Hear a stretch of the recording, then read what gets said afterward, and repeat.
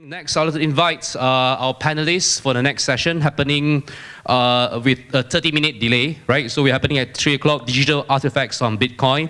I'd like to invite Apo from Oviato, Pixel Quote Sub100k Ordinals Collection, Nakib Noor from Ordzaar, and our lovely moderator, Eric Alexandre from WGPX. Let me mic. Hello everyone, thanks for assisting our panel. We're going to talk about something interesting, inscription on Bitcoin. It's always good to talk about Bitcoin. So first of all, I'd like each of you to introduce yourself and give us a brief description of what you're working on at this moment. Nakib, you're the first one. Well, I'm Eric Alexander. I discovered the space in 2014. My friend, business partner Eddie Travier organized the first Bitcoin conference in Asia Pacific 2013, Fullerton, Singapore.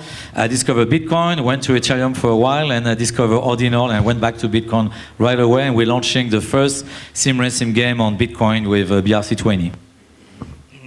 GM everyone, I'm Nakib. Discovered Bitcoin in 2015, mined it a bit, but in 2016 met Vitalik in Singapore, went all AP into Ethereum as you could call me an Ethereum Maxi back then. Built one of the very first few AMM protocol called Kyber Network in the space. It's from 2017 all the way to 2021, and then left Kyber to work on something else which is on Bitcoin still because of the Taproot Wizard upgrade, right? So sorry, the Taproot upgrade, not Taproot Wizard, the Taproot upgrade. So when the Taproot upgrade came, there's a lot of things that I find that you can build on Bitcoin. And true enough, in 2022, met Casey, and he introduced about Ordinals theory, and which became an Ordinals protocol in 2023, and that's where I've been building myself in Ordinals space from the day one. I'm Nakib, the co-founder for Ordzaar. If you have something to do to try to learn about what Ordinals is all about, if you want to try to inscribe something on Ordinals, my platform does it pretty easily.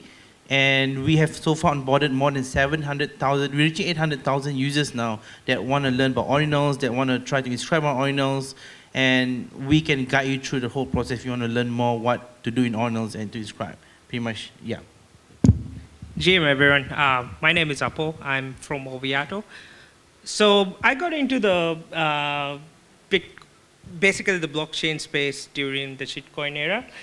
And then ever since then, I kind of noticed one thing on the Web3 space, almost all the products are either half-baked or it doesn't work after a few months, right? And being in the Web2 space, me and my co-founder, we love building products. We have built successful products in Web2, and we're like, we should really kind of like tiptoe into this space. So that's how we got into the space. We started creating tools for ourselves.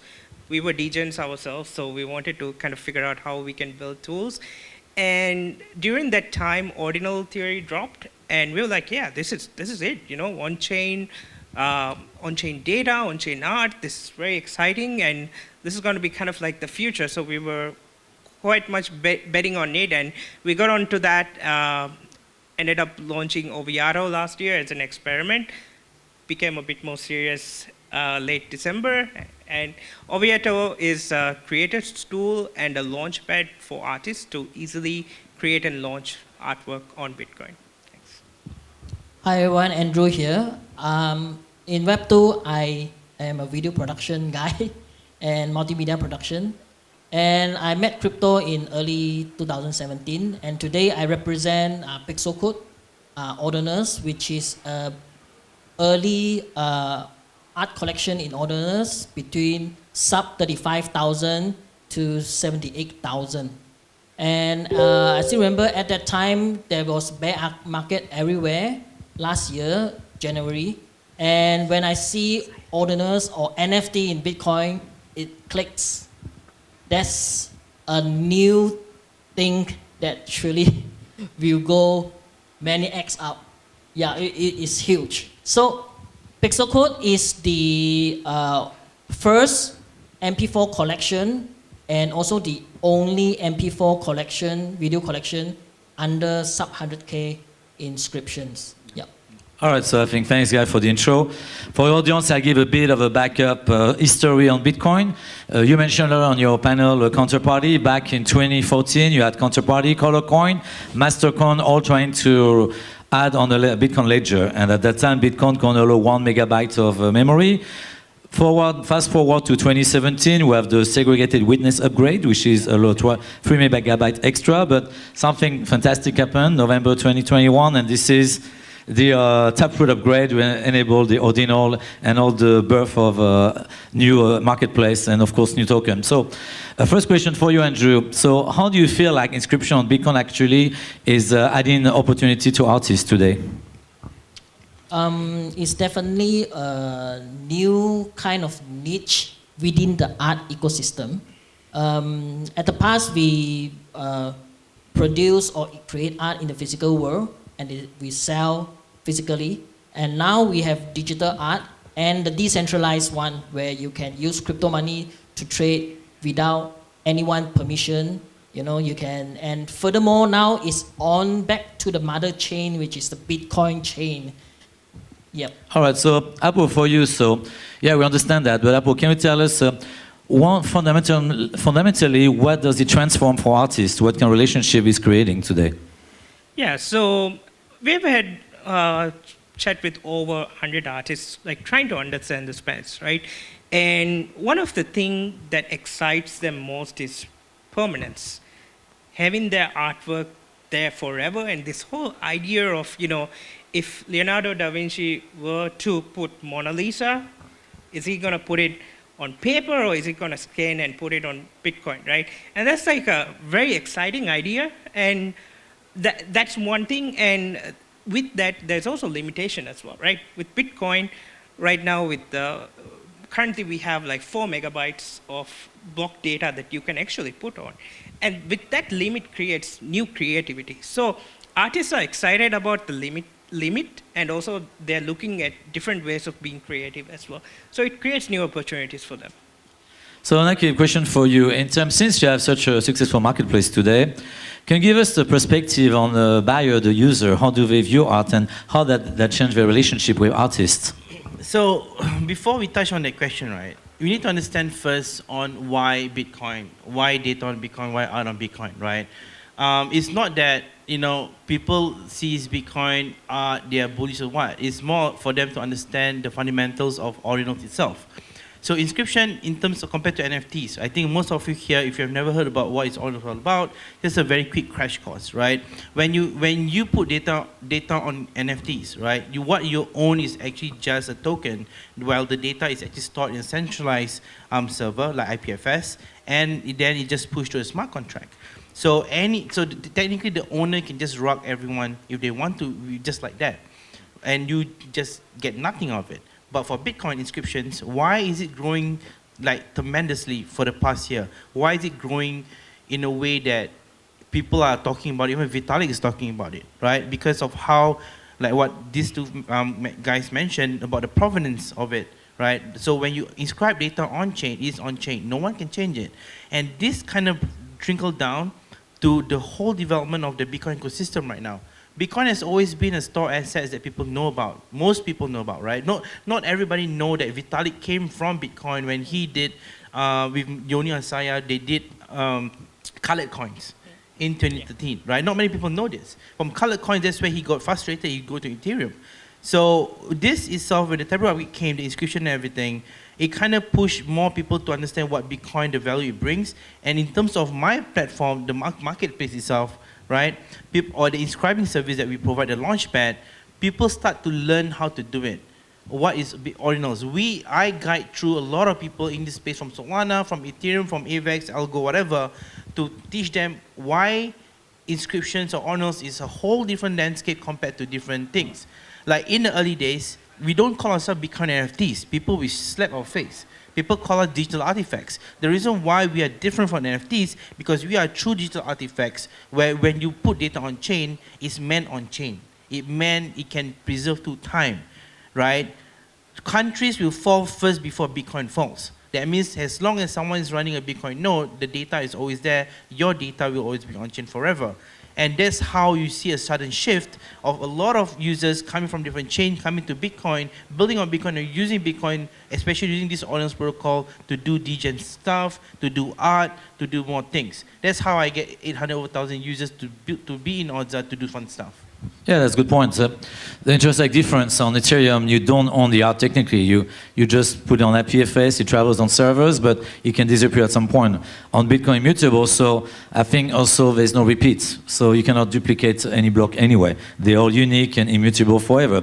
So I think let's talk a bit deeper into the connection to the art, because as any artist use a different medium, right? Whether it's a mural, whether it's a painting, going on a digital artifact, I think it creates a new opportunity. And we saw with the, I mean, I go back to NFT with the Bored Ape. I mean, what I found interesting was the fact we saw the art as the people creating extension of the art by doing their own t-shirt, printing on cars, doing mural in their house. So we have to speak on how digital artifact is enhancing the artist collection and amplifying. I mean, can you give us a bit of insight, guys? So I can touch on this first. When it comes to NFTs, right, way back, there are a lot of different artists that I know about that want to try to go to do their own NFT stuff, right? So the few things that you need to understand, you know, for an artist back then, you know, they need to understand how smart contract works. They need to understand how to put into the data into IPFS and everything, right? The infra was pretty okay-ish, right? But then, you know, when they found out that, you know, you have to hold a certain degree of private keys to a smart contract, you cannot lose it. So if something happens, you know, you get, I wouldn't swear, you get effed, right? But the sentiments for artists coming on Bitcoin is a whole different thing. Because for them, they can sketch, they can draw, they can do whatever they want, and then with a single button called inscribe, the data straight away go to on-chain, go to the nodes. People get money and it get on-chain fully, right? And that's it. The artists don't even need to maintain any form of technical capabilities at all. Like, it's just once you go on chain, that's it. While in NFT, it's a whole different thing where the artist needs to understand whether when there's an Ethereum upgrade, there's a smart contract upgrade, you need to make sure that you need to upgrade to the latest version and stuff like that. If not, it breaks, right? Which is, you can see happens many, many times. So based on this whole narrative, you are seeing more and more Web2 artists coming into using Bitcoin to do something. For example, recently Sotheby's, you know, did a very big auction for Bitcoin art, right? And why they do such things for Bitcoin art? Because they know the provenance is strong. Okay, that's good. That leads me to my next question for you, April, then. So, what challenge do you think artists are facing now on inscribing on Bitcoin? So, since we just have the point of view on Aki, but give us the point of view, like what challenge we can face actually. So there are two types of artists when it comes to Bitcoin, right? When you look at traditional ETH, you know, you could put anything on ETH as an NFT, right? You could put literally anything, like a 40 megabyte high resolution artwork as well, right? But then when we look back at Ordinals, you gotta be creative. It comes from infra, it starts from infra and it goes to the artist as well. So at Oviato, we actually introduced a canvas platform. So basically, you can drag and drop a 20 megabyte artwork, and for serious artists, they can actually truly put their artwork on chain.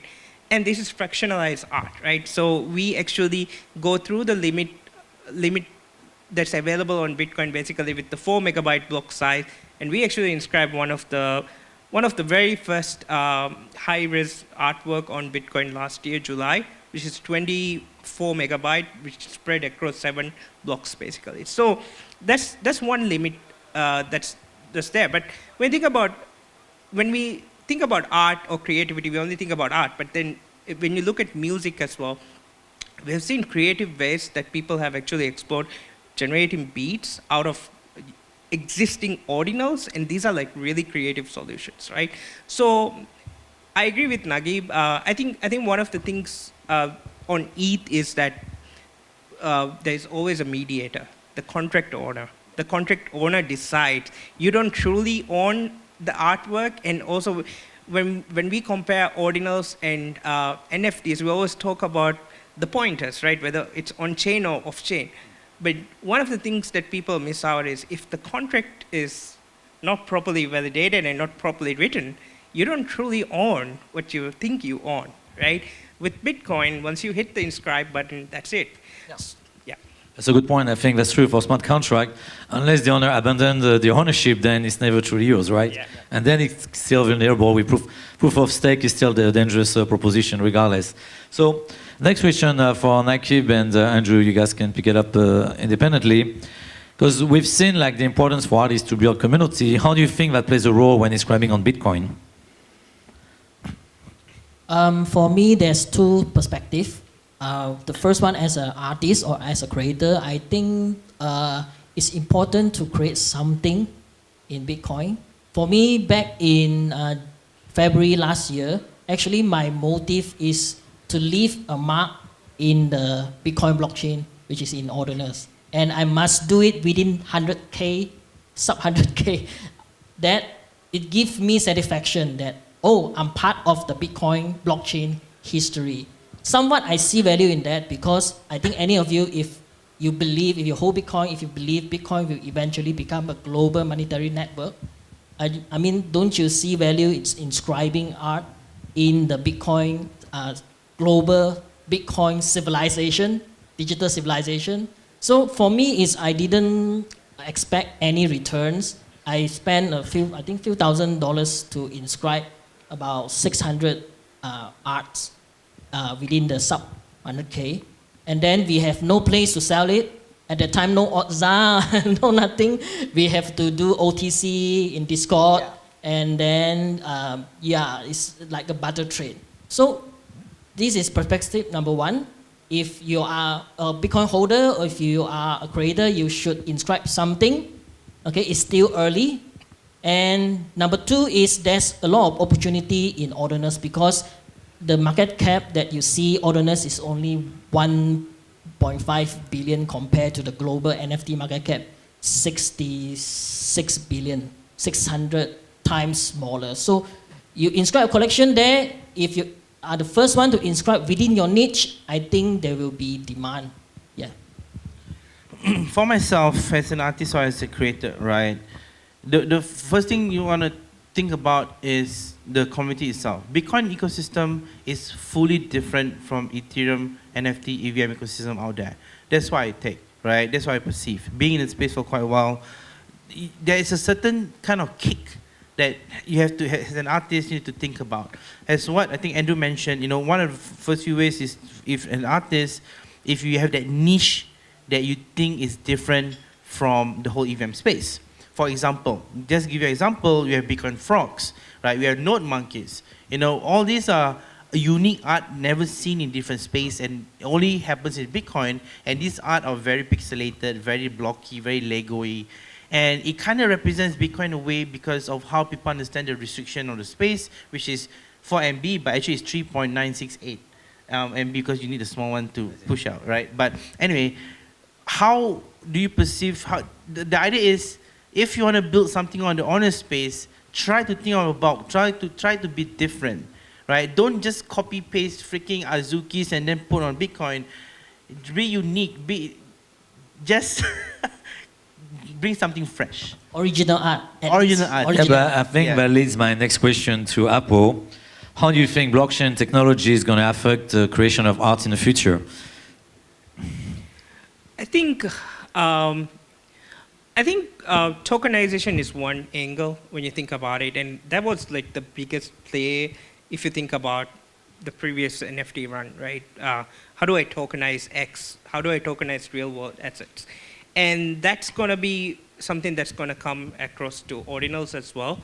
And the other thing that I believe is also more on real artists coming on board as well, right? And this is going to be, we have seen on Oviato last couple of months alone, serious artists spending over $100,000 just to put their actual artwork on chain with high risk, right? And that means that this is actually already bringing in that unique meta, if you ask me, or the unique alpha to the space that people or the normies have not seen yet.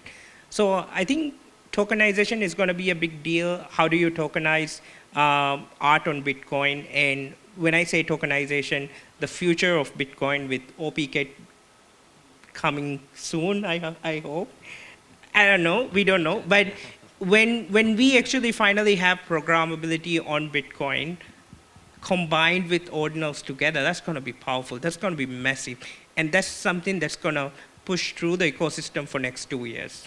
Yeah. So that's a good point, actually. We talk programmability on Bitcoin. So how you guys view actually the rise of the layer 2 on Bitcoin? Talking about it, because now we see a lot of demands from layer 2 asking for us for game, or can you put your game there? I wonder how that affect the ordinal community as well. For me, all layer 2s are testnets. Ethereum is a testnet. Ouch. Yes. I don't know. It sounds right so far, yeah. But go ahead. I mean, look, so Ordinals started a whole new revolution, where back then nobody thought you can build anything on Bitcoin, but now you're having BTC-Fi, you're having L2, bridges, and everything, right? You're an era of VCs coming in, pouring in money into L2 space, to BTC-Fi space, so that Bitcoin can flourish. But personally, on my take on such L2s and stuff, like what Apo said, the testnet, actually, for me, they're not testnet, they're more like a side chain. Let's be real, guys. Yeah. The definition of L2 does not represent what the L2s are having right now. It's basically just a fork, and then it's a side chain, right? If it's a side chain, it's fine. There's multiple side chains out there, and when it comes to how they are supporting the whole Bitcoin ecosystem, yes, they are bringing spotlight to the space, but no, because there's a lot of them, and most of them are just trash. So you have to be careful on what the right one. There's a list out there. The layer 2s on Bitcoin has grown from being 5 to 120 in... Now there's like 200 plus, bro. Okay. There's 200 plus I L2s. stopped following, bro. I don't call it L2s, I just call them side chains. Yeah. So, but talking about side chains, I think I'm excited about fractals, to be honest. Like, it's more about what you could do on Bitcoin potentially in future, and I think that's more exciting. So that's something we are also exploring as well, kind of trying to see on the surface level what is OPCAT, possibilities of OPCAT, and what you could do. So if I were to pick a chain right now as of today and experiment on it, that would be fractals. Can I add? I think since you opened the door for OPCAT, I think it'd be interesting to give us a bit of history where the OPCAT came from on the first place, right? OPCAT itself is actually a code, it's an opcode, it's part of opcode list that Satoshi himself created. A lot of people don't know itself that in Bitcoin, Satoshi have a lot of opcodes. And a lot of them are hidden or unused until recently when people start to dig stuff to try to build stuff on Bitcoin.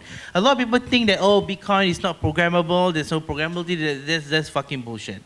Right, I'll say the word, yeah. Because you can actually do programmable on Bitcoin on L1 itself, not on L2s, right? With certain opcodes out there, right? Look what happened to runes, right? Using the simple opcode called opreturn, you know, there's so much things that was innovated out there as well. Right, there's so much other opcodes that, for example, you can put Bitcoin in a vault in an automated way, non-custodial way, in the sense that there's a code called time lock, right? Where you can release back the Bitcoin to you when something happened without anyone tampering with it at all. That's how beauty of such opcode is. And I'm not a Bitcoin maxi, but I believe the more you go deep dive into all the different kind of opcode that Satoshi did, you know, it's just beautiful. It creates a new path of programmability of Bitcoin which people have never thought about. That's why, you know, Taproot Wizards, they found out about OPCAT thing. That's when I started go down a rabbit hole. So if you guys want to know more how Bitcoin can work in an L2 manner, in an L1 manner, you can in terms of certain programmable opcode that is out there. Okay, thanks for the insight, Nakib. So now, to conclude, I like one experience of each of you, like how do you think Bitcoin has helped you to democratize and get your art more successful, so to speak, or more known? Andrew? Can you repeat the question? So basically, I'd like you to give me one experience on inscribing art on Bitcoin as actually create more, make you more famous or more knowledgeable, something unique for you, a unique experience with Bitcoin. Just one thing to inscribe. You can do two if you want to. Go ahead. If I able to inscribe the entire MMORPG game in it, I will choose to do that if we have the ability to do it. Yeah. Yeah, but when you talk about gaming, for us, it's important per se, what we inscribe is actually the performance of the player to be immutable. Then I don't have to tell, oh, I'm so good at that, I can show it to you. So I think the inscription for gaming for us is important because it's proof of performance, so to speak. I do have a couple of ideas. I was just speaking to Nagib about it, like literally 30 minutes ago. You know, like there is massive user bases out there, right? Like we might be Bitcoin maxis, we might be ordinal maxis, whatever you call us, right? Whatever label you put on us. There's bigger communities out there. Roblox is one, Minecraft is one. These are massive, right? And how do you tap into these communities? How do you encourage them to put in, like, I know people spend hours building art, months, right? There's literally someone building a computer on Minecraft. I don't know, man, what people are building there. But you know, what if we can allow them to bring these time and effort that they put in, this artwork to Bitcoin? I think that's something I would kind of try to crack at, kind of try to see how you could bring that information on Bitcoin. It may not look like it is, it may not look like the exact artwork, but the representation of it so that you can recreate it back. I think that could be something cool to tap into. At least kind of like to identify these communities out there, to let them know that you can actually put things on chain forever, right? And I think that's the main idea or the key idea here. Well, for me, I was the first person in the whole honor space to inscribe a family portrait, and that actually went pretty viral way back last year in I think March or April or something. I think a lot of people tweeted about it, and it was, to me, that is something that I want to be etched through the time. Let's say one day the whole entire civilization is gone, aliens come, they found a note, they started a Bitcoin note, and they see my family portrait. And I'm like, oh, this is how humans look like, you know. So I've done what I'm supposed to inscribe, the one thing that I want to inscribe, which is my family. So I think you found a way to immortality, Nakib, right? Yeah. With immutability, that's good. Thank you guys for the panel, and thank you the audience for supporting us. Cheers. Thank you, everyone. Thank you so much, Eric. Thank you, everyone. Thank you so much, Eric, for the wonderful moderating session. Thanks to Apo. Sure, please.